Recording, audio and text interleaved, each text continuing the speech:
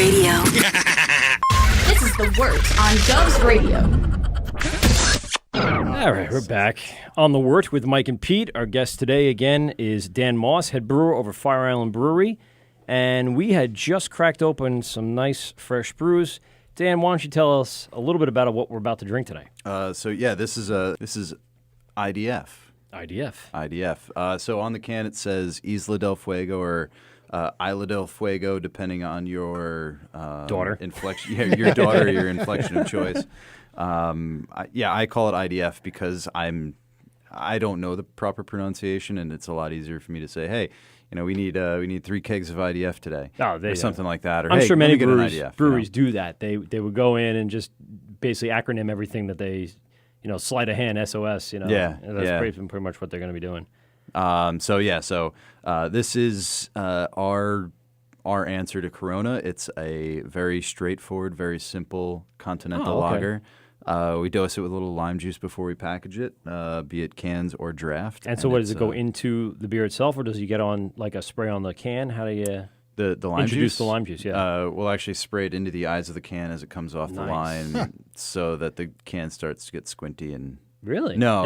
You got me there for a minute. I was typing something into my phone, and I went, wait a second. This doesn't sound right. I was picturing something on a production line. Hold so on. it's just spraying the can. Yeah. So we just shoot it all over the brewery Fascinating. floor. Tell me more. We actually have a bartender stick a lime into each can. Yes, cutting, each lime wedges. just cutting limes. Their hands are all wrinkly by the end of the day. Like, damn it, can we stop doing this? No, it's we get a commercial product. It's basically just straight up lime juice. Okay. It is straight up lime juice that we just add to the bright tank. That's awesome. Before we filter, then we carbonate, and then we package. So it's a pretty quick process. The lime juice is not there to say lime. It's there to say, this is a fresh beer. This is a better version of Corona. Yes. Yeah, there you go.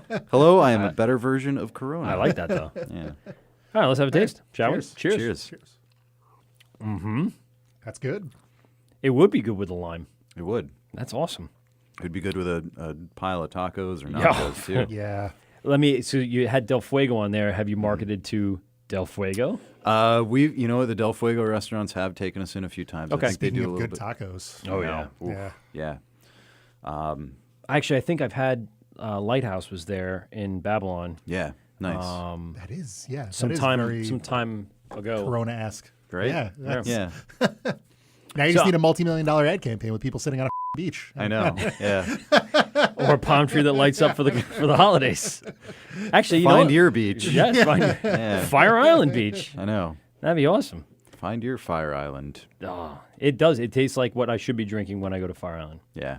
Now, do you have any connections to people over on the Fire Island Barrier Beach there? We have Kismet and Ocean Beach, Ocean Bay Park. So as the story goes... I don't think I know all of them. But yeah, okay, that's kind of what I guess I'm asking. Yeah. Why Fire Island if, in fact, you're not on Fire Island? So why Fire Island? That's a really good question, and I have a mediocre answer, I think, for that. That's all I'm going to accept is mediocre.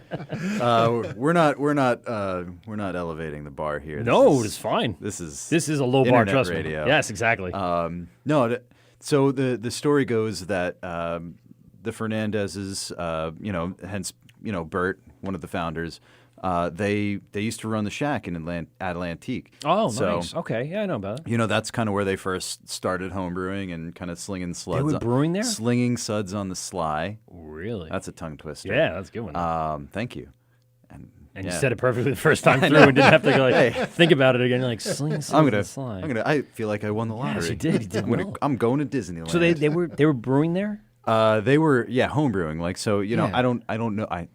I have not seen any pictures of the setup, but I imagine it was rustic. Oh, I would imagine. Because there was no 30-foot ceilings.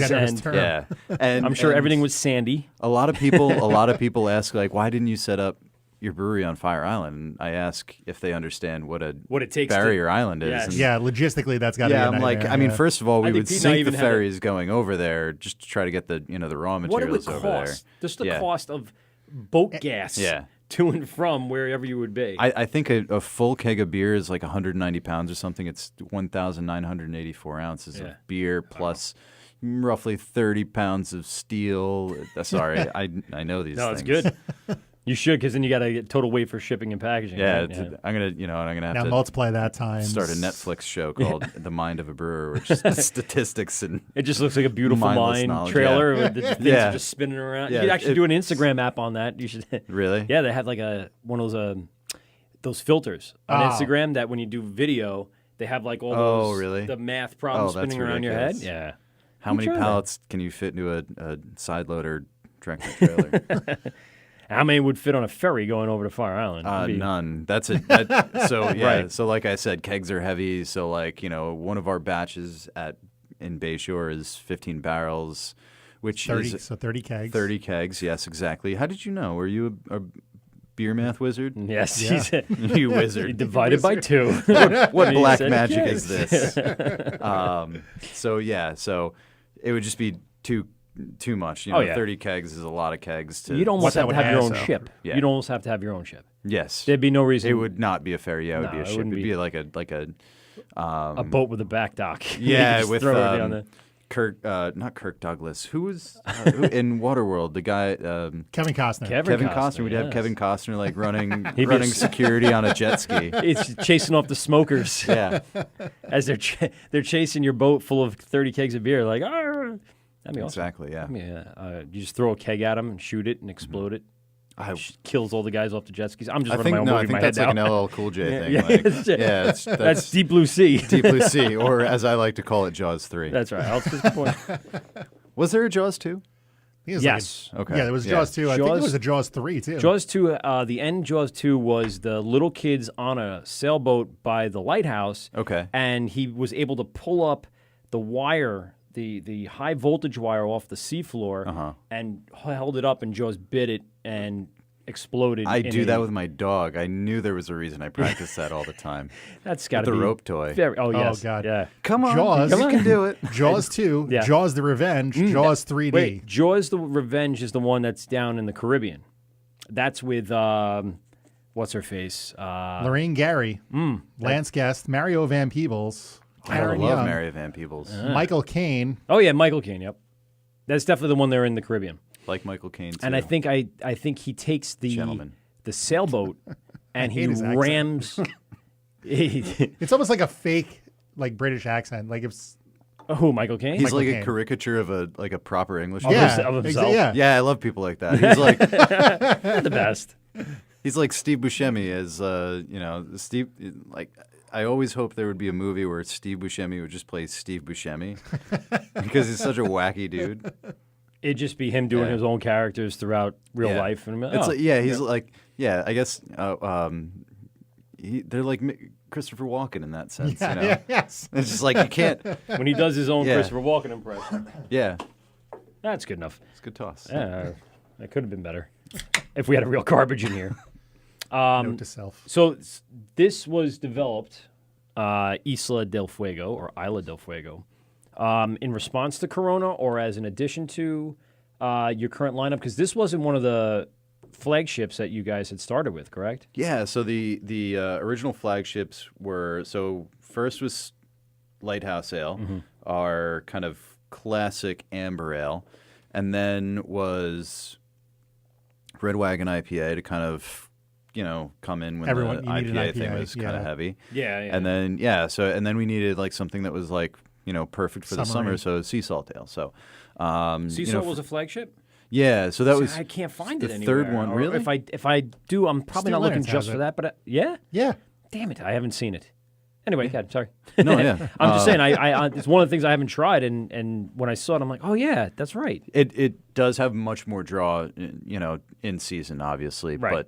but we're pushing it as a more of a year-round brand. I think it's a nice kind of like nice table beer. Like if you don't know what kind of beer you want to have for dinner, it makes a great option. It's got a little, it's nice and dry, so you're not you're not going to be like rolling over and be like, oh my God, I feel like I just had Russian Imperial Stout, big brown ale or whatever, Yeah.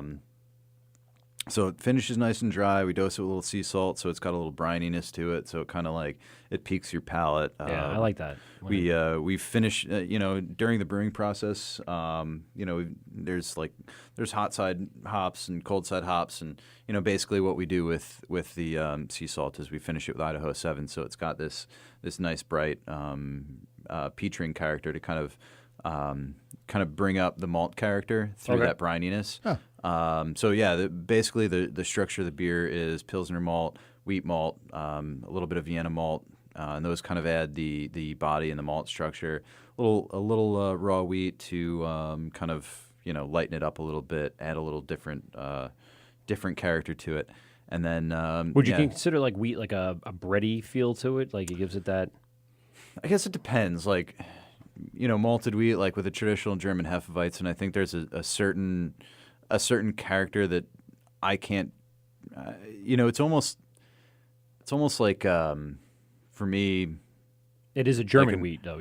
German wheat. For me, it's almost like an orange biscuit or like an orange, like a Scone? Exactly, like a scone with a whole lot of orange. Where'd you come up with that? I don't know. He doesn't know what a Orange scone is. zest in He it, just yeah. I've never eaten a scone. I can tell you what a scone you is. like Will Ferrell in Old School, where you just had your eyes closed and he goes James Carville scene. Yes, exactly. And he just came out like, "Oh, what just I'm happened?" sorry, I blacked out for a second.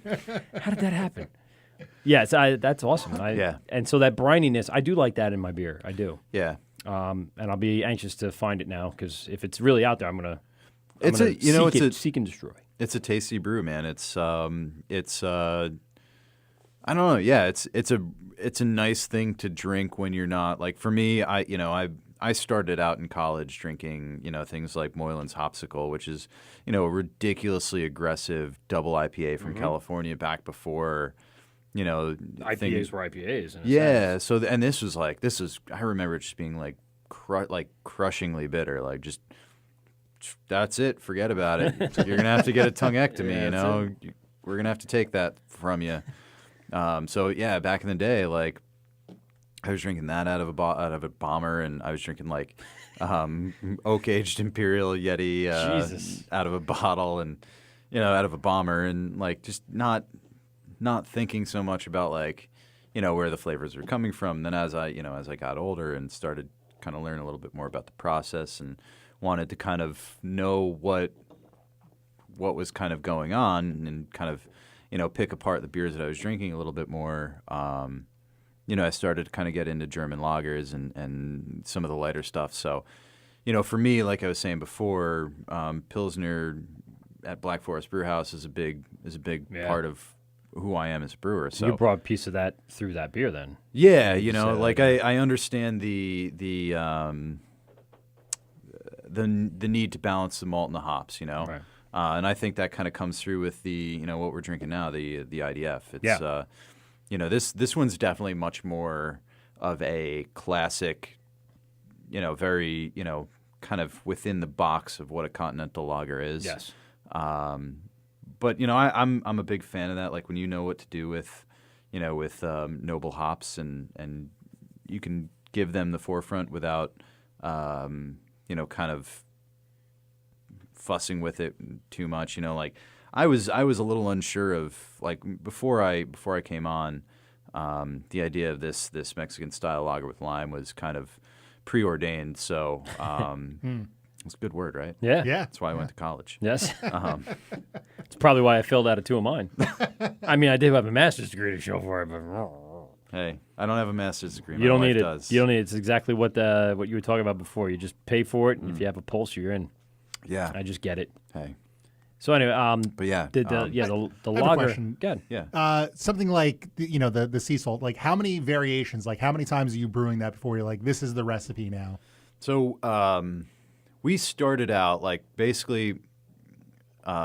I think we talked about it a little bit before, but basically when we first started, moved all the production from Two Roads to Bayshore, and one of the conversations we had was like, do we rethink everything? Like we have new branding, new facility. Do we rethink everything and kind of make these beers what they may want to be right now, or do we stick with, what we know, and do we just kind of do what's right by the existing customers? And we had a pretty strong existing customer base during that kind of changeover. So, I remember seeing it around. Yeah. Definitely in a lot of bars. You had the Lighthouse and you had the Red Wagon. Red Wagon was big. Actually, we had it on tap here at Governor's. For a little while, it was one of my recommendations. If you're going to get an IPA, this I'll leave you with more of my cards. Nice. I got some. I work at the meatball place in Farmingdale right now. Oh, really? Nice. Yeah, I love so the meatball place, man. I'll put you in touch with Christine. Thank you. And she's the bar manager, and she'll put it on. No problem. Appreciate that. Won't be that. a problem. But yeah, no. So And I'll ask for the sea salt so I can try this right off the tap. That's what I'll ask. I'll make sure we Especially get in some season, samples like you for said, sure. it's coming up. We're going to change over our bar menu from the winter cocktail list to the spring cocktail list. So and changing that, we also change and rotate beers. So she's really good at it. She takes a lot of recommendations from us, and she herself goes out and does the research. So nice. So anyway, yeah, nice. Sorry, Yeah. Sea salt.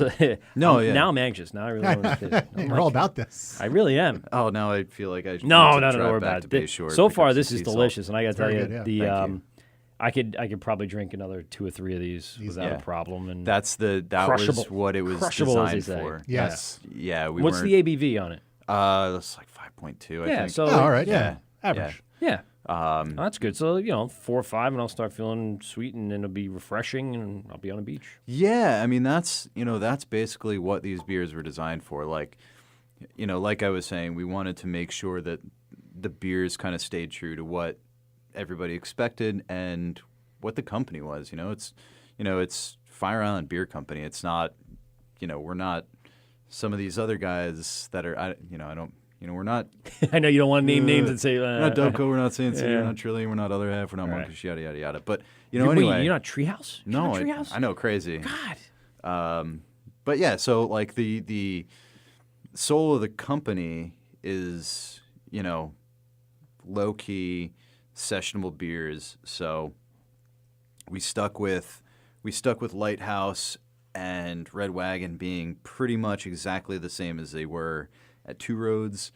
Certainly there was some tweaking to get the best effect out of our particular system. I was going to say you have a different facility, obviously, because Two Roads is built for freaking speed. I mean, that place was speed, not only speed but quality and quantity as well. Quantity. It's huge. What are their tank sizes? They have I believe it's a 50-barrel brew house. Wow. But they're also cranking out 8 brews a day. Yes. And then I think they've got like. Have you been there? No. We got to go. Yeah. I've been there a few times, but it's cool. It's not far. No, It's really cool. I was there for Igor's Dream release, and then I was there for the Too Juicy release. And this is right at the precipice of all those, hazy, foggy, whatever you want to call IPAs.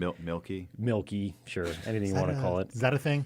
You know what? I don't know if that's a thing, but it's. I mean, just something go that I online and always find refer a to million them different as. adjectives to describe what amounts to not a clear beer. Yeah, Fair enough. chunky. Yeah, there you go. I've had some that were like decidedly chunky, and liquid was good, but you'd have to strain it through your teeth. Yep. Yeah, there's too much sediment. It's just it's a lot. Yeah. not So appealing. it's you've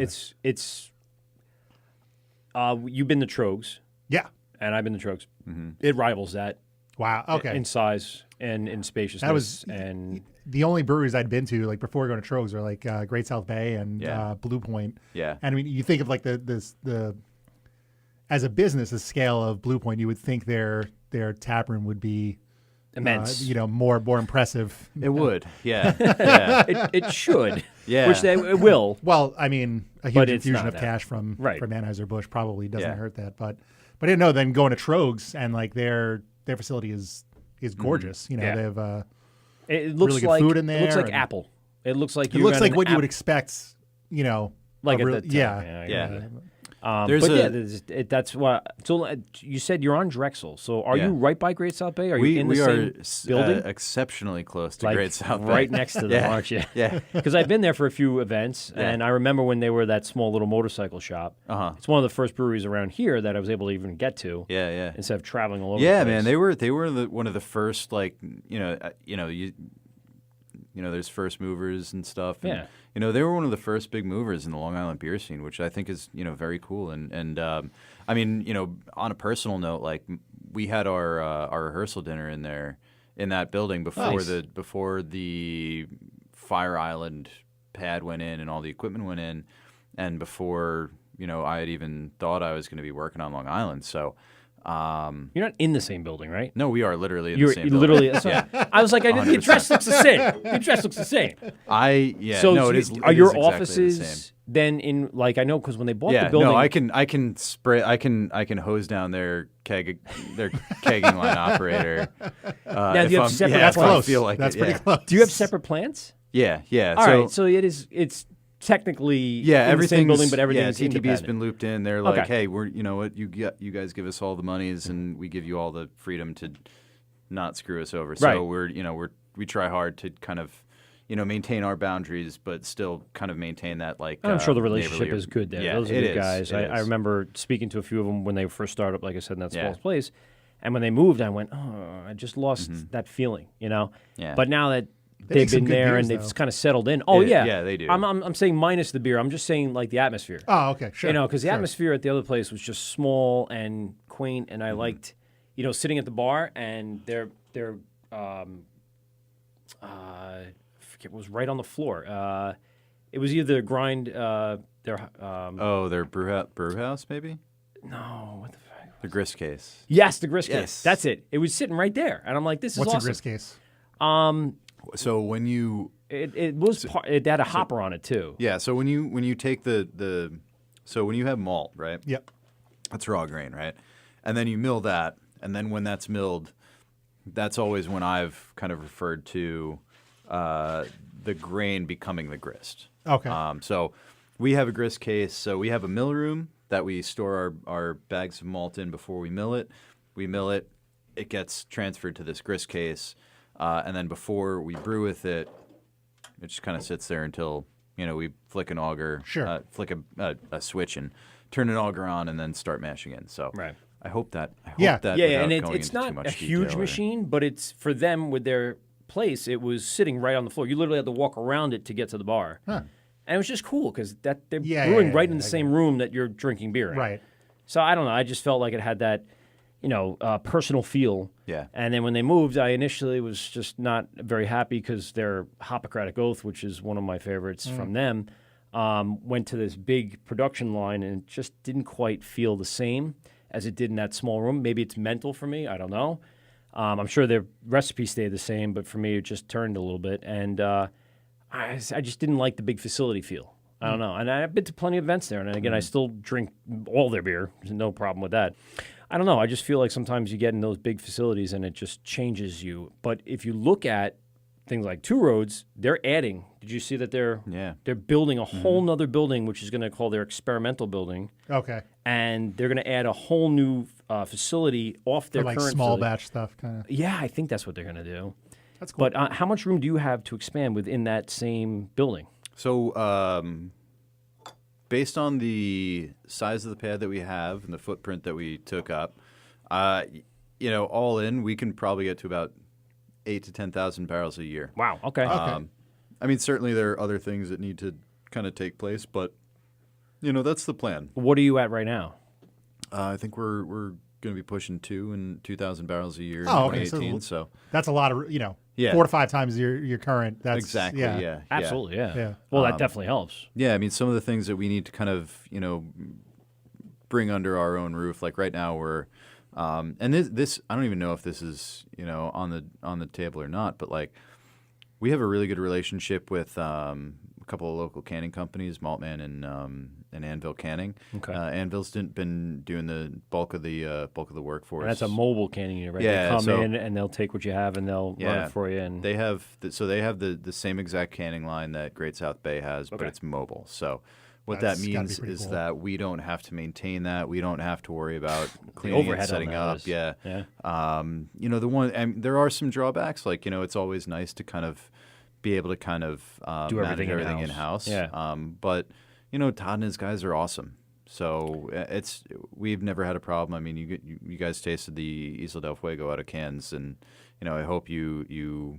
I think enjoyed it most as of what I much as drink Yeah, now is no, out it's of very cans. good. I mean, Yeah. I'm serious. I think most of what I drink now is canned. Yeah. It's very rare that I'm in bottle. It used to be the other way. And Is I there an think, advantage, like, as a small, like that, like you're saying, that does seem to be the thing these days. Everything's in cans. Like, is there an advantage versus bottles, or? There are a lot of different advantages. And as we say this, I'm going to open up crack it. Lighthouse Hold on, Ale. sound effects. Yeah, right. Oh, that sounded see, really good. Yes, that's what we need on the board. I've been getting good at it. I usually do it for one of the other shows in that room. Yeah. And, they always ask me, oh, what are you up to, O'Toole? And I said, oh, yeah, I'm just going to start the show off right. And I crack a beer. And Nice. yeah, it's basically the sound effect they get once a night on their show. But also, we were saying the part of the can, what were you going to say? You about to tell me I'm gonna about. drink this. Okay, That's all what I'm right. gonna Well, say. you know That what? is a nice color. Then cheers. Cheers. So the advantages of canning versus bottling. Yeah. So, I mean, there are a couple of different ways to attack that. Personally, I like to start by talking about how good it is for the product. Like, you take a bottle, and that beer in the bottle has hop compounds in it. And when those hop compounds are exposed to light, they break down into what's called mercaptans, which smell skunky. Skunk beer. Yeah. So, one of the things that you can kind of take right off the top of the list of drawbacks for bottles that you don't have with cans is that light strike, because, light does not Penetrate the yeah, aluminum. yeah. It's amazing, but nobody seems to think about that. I know way back in the day when I complained about something like a Heineken, because I've been to Amsterdam and I tasted Heineken out of the taps there. So much better there. It's a totally different taste. And then they go, oh, yeah, well, that's because by the time it gets to you, it's been, what's the word I want? It's been penetrated by light, even though they changed the color of the bottle. Yes, it's been deeply penetrated. That it's definitely changed the character of it. And it's true. I mean, there's nothing that tastes like the Heineken over Amsterdam Absolutely. over here at all. You can't Yeah. find it. No Yeah. matter how fresh it is off the boat, it was exposed at one point and things have broken down and it has that skunk smell. Yeah. I don't mind the skunk taste, but I don't particularly prefer the skunk smell. One of the first beers I had was Bud Ice Light, which was in a clear, chiseled. Oh, meant yeah, to look yeah. like a glacier. That clear chiseled. bottle. Did it have the label that went from like not blue to blue after it Of got course, cold? yeah, there's like a half tone that went in What is? between. I'm sorry. I was like, 14 and I had 4 of them, and then I passed out. nice. That's a lot for a 14-year-old. It sure is. Oh, look at him, though. He's a big guy. He could take it. Yeah. Were you that big at 14? No. Oh, No. well, that's No, disappointing. I got fat later in life. I don't mean, no, you're tall. I don't mean, you're not fat Oh. by any I would means. Trust disagree. me. Get Graz in here. We'll talk fat. Sorry, Graz. But yeah, I would figure your body could absorb that pretty quickly. Well, now, yeah. No, Yeah, now that's an appetizer for beers. Startup. That's my the pre-game. warm-up, That's before I go in the shower. I brush my teeth with a can That's of right. Bush Light. Yeah. Yeah. That no, sounds sorry. good, actually. Now I'm thinking about it. Any mint forward beers that we can look forward to that I could brush my teeth with? Not So that you I could brush your guarantee you teeth. somebody Milk is chocolate using- stout with a someone is mint. using Yeah, of course it mint. is. I've and actually beer had somewhere. I've had a couple of mint beers Yeah. and done right. They're I think they're very Ballast nice. Point does one. It's a Victory at Sea. It's a mint vanilla porter or something. of that Probably, nature. yeah. Oh. Mint and vanilla are very nice. Obviously I have the beard, right? But shout out to New York Beard Company. They make a Long Island scent that's vanilla and mint, and Really? it's to die for. It's like it's freaking awesome. Like I put it on when I'm feeling like if I had a bad day and I don't have like cookie dough in my fridge. I'm not next gonna, best thing? I just I sit in the corner and I cry and I rub my beard with. Like Peg Bundy Vanilla with her mint. bonbons, just Yeah. sit on the couch. Oh, ow. Yeah, that's pretty sad. I'm a sad person. So we're drinking Lighthouse Which- Ale. Okay, Yes. Lighthouse Ale. Ale is the amber of It is. Fire Island Brewery. It is certainly is. very color ambery, is and I do gorgeous. very much like. So do you get the amber from Black malts? Forest? Is the sort of? I'm not saying you took it. I'm just saying No. No, because So- it doesn't have what Black Forest does. damn, It's that's more of good. the German forward feel, that more breadiness, I guess. Yeah. What I was saying before, sconiness. Sconiness. Sconiness. That should be. I think. That's a new thing. Hopefully somebody The from the Scony forward BJCP beers, is yeah. listening or it's their own program. But yeah, no. So the amber at Black Forest was never one of my favorites to brew, but it was fine to brew. It was, Okay. a fun, easy beer, and Lighthouse is also a fun, easy beer. Yep. I've kind of grown to really like Lighthouse because, there aren't a lot of just straight up amber ales out there anymore, and I can't think of too many breweries on Long Island that are doing it at the scale that we are. Like Great South Bay has, they have, an IPA which is similar to what what we're doing. Yeah. And then, we have the Red Wagon, and then, they have like Jetty, which I guess could be, similar or comparable to like Isla del Fuego. But like, I honestly, for the life of me, can't figure out what breweries out there are doing something that's just, kind of, I don't want to say in the Yingling vein, but like, I mean, that's when I talk to people. You like Yingling, don't you? No. No, neither do I. But this doesn't taste like Yingling at all. But yeah. I see what you're saying. Maybe maybe Beck's Dark or what's the Bell's has an amber. Yes, Dos Equis Amber. Actually, Yeah. Dos Equis That is Amber I pretty do goddamn like. good. That's kind of That's a good one. right. You know what I was right in the at? Where sweet was spot I? I was here. where was I? I was down in El Carmen, which is on the island of, God damn it. Playa del Carmen? Yeah. In Mexico? No. Quintana Roo? Punta Cana. Punta Cana. And they had several different styles that you could choose from, of which I was not extremely happy with. Presidente was one of them. So Presidente has an amber, which was good, but they also had Dos Equis amber at the bar, and that's what I was drinking, and it was I agree with you. Like very good. The fullness of what it was. Yeah. It just satisfied. Yeah, like a lot of people so when I drink this, I think of I guess 3 beers now. So Yingling, but Yingling does. Yingling does not necessarily hold up to this. No, because I don't personally like Yingling, but I've always liked this. Yeah. This is definitely a bit maltier, a bit hoppier, and a bit bigger in all directions, right? But then you have something like Negro Modelo, which I guess is probably the closest thing, recipe wise. Although this is not lagered, but I think it kind of comes off like clean and smooth. I think Negro Modelo has vastly less flavor than this, but then we talk about something like that was a proud crack. You should have. I know. I should have. I've been pouring it pretty well. Muffled too. it. I did. I didn't want to step on your toes as you were talking. That's why Thank kinda you. I held it appreciate underneath. that. But yeah, no, like Dos Equis Amber. First time I had it, actually, oddly enough, was at a Del Fuego. Oh, And well, it you was have it with literally, tacos. it was like, it's probably 4 months ago now. And I was just like, I was struck by how malty it actually was. And then like, you don't really expect a whole lot from a beer. with a guy that's the most interesting man. Yeah, yeah. That was a great so commercial. Like, That was a good ad campaign. I think It we was. had. It was pretty good. On our first podcast radio show.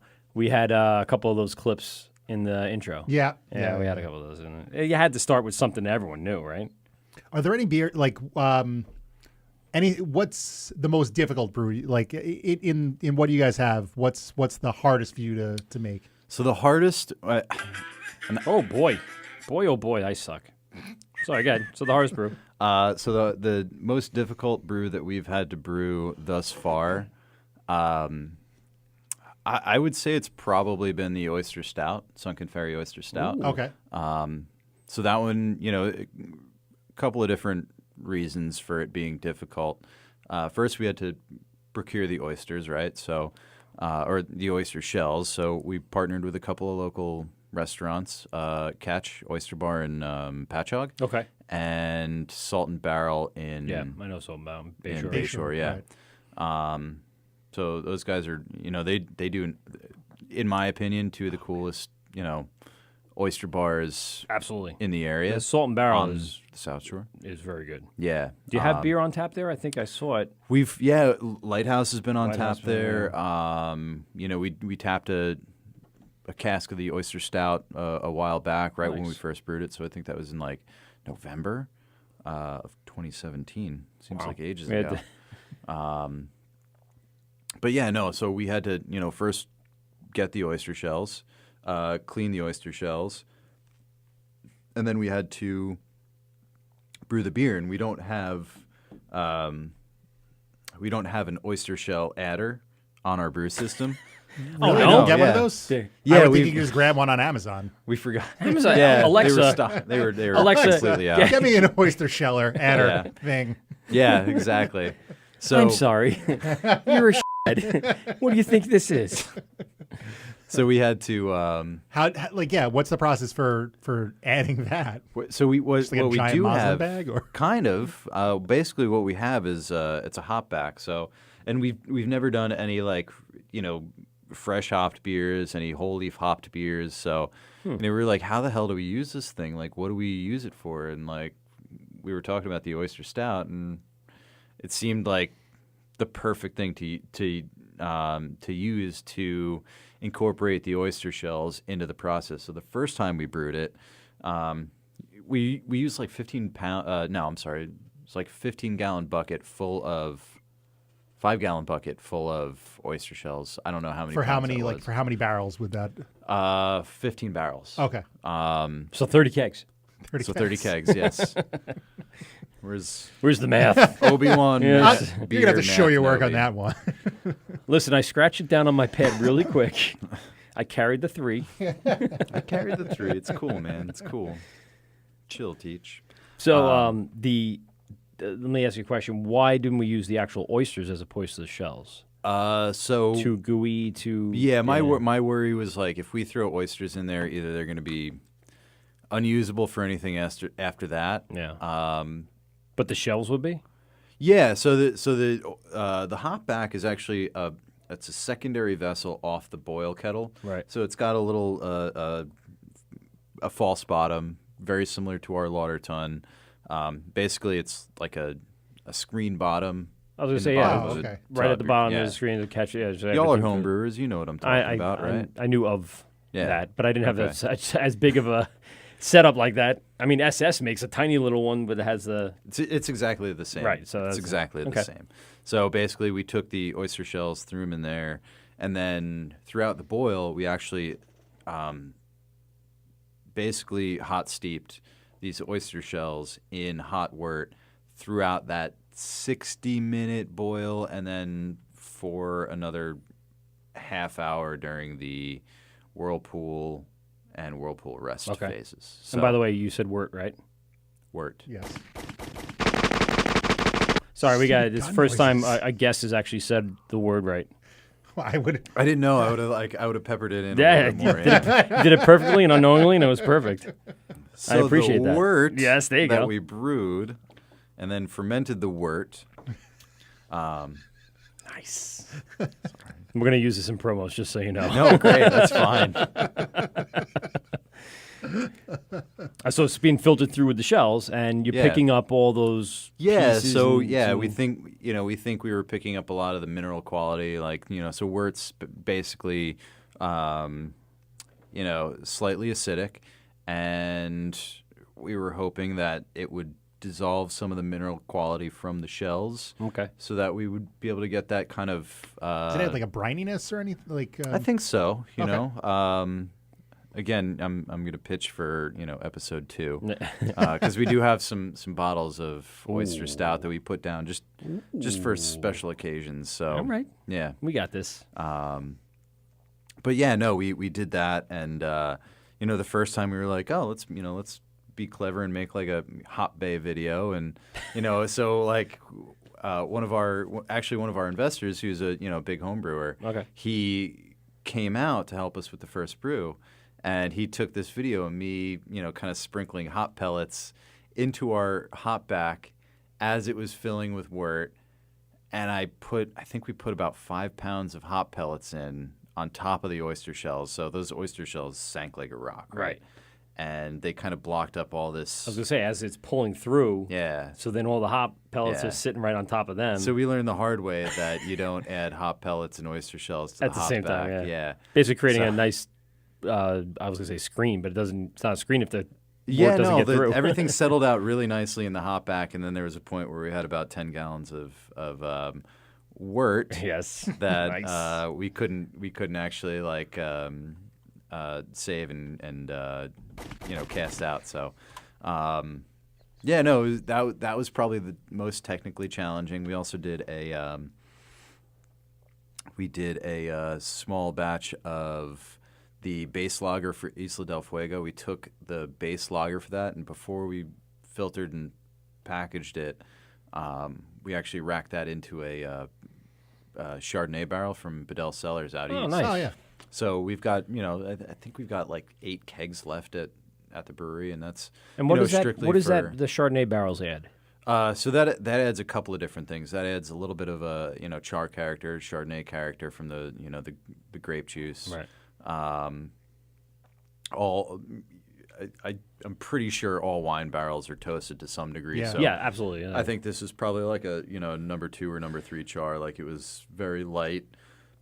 noticeable if you look at it, but Yeah. probably not. If Yeah, you we scraped weren't it, like it I've wasn't seen like bourbon deep, barrels deep. where you get chunks of char Right. in every batch of beer. Every time if you get freshly emptied barrels and they're still really wet, you're still filtering that liquid and getting cask strength whiskey. At Brooklyn we did that with Woodford barrels, and that was Woodford, a yeah. really special experience. That was cool. Strong. Would have come in. Yeah, I think it was like 160 proof. Jeez. But yeah, so like it Holy was. Yeah, like Did you light on fire? Someone lit it on fire to try. no, No? no, I no. We knew how much that cost. Yeah. Oh, okay. Yeah, fair enough. So yeah, I think And every you sold? year Did you guys each- sell it? Did they sell No. it as just had it? You can't sell that. You can't sell that as a brewery. Like That's literally, crazy. yeah, that's true. And why would you? I mean, when you're Just for the when you're the brewer, people like, be like, you're yes, like, I want the 110 proof. yeah. That's So a we, crazy amount of alcohol. yeah, it was basically 151 Woodford. Yep. Sweet. Which is, really. No, it really was. Like, it was some of the best goddamn whiskey I've ever had. And it got you drunk quick. Oh yeah. You Yeah. think? Yeah. Smell it, and you're like, oh. I think I need to take an Uber. Yeah. Yeah, you didn't make a Manhattan with that. No. No.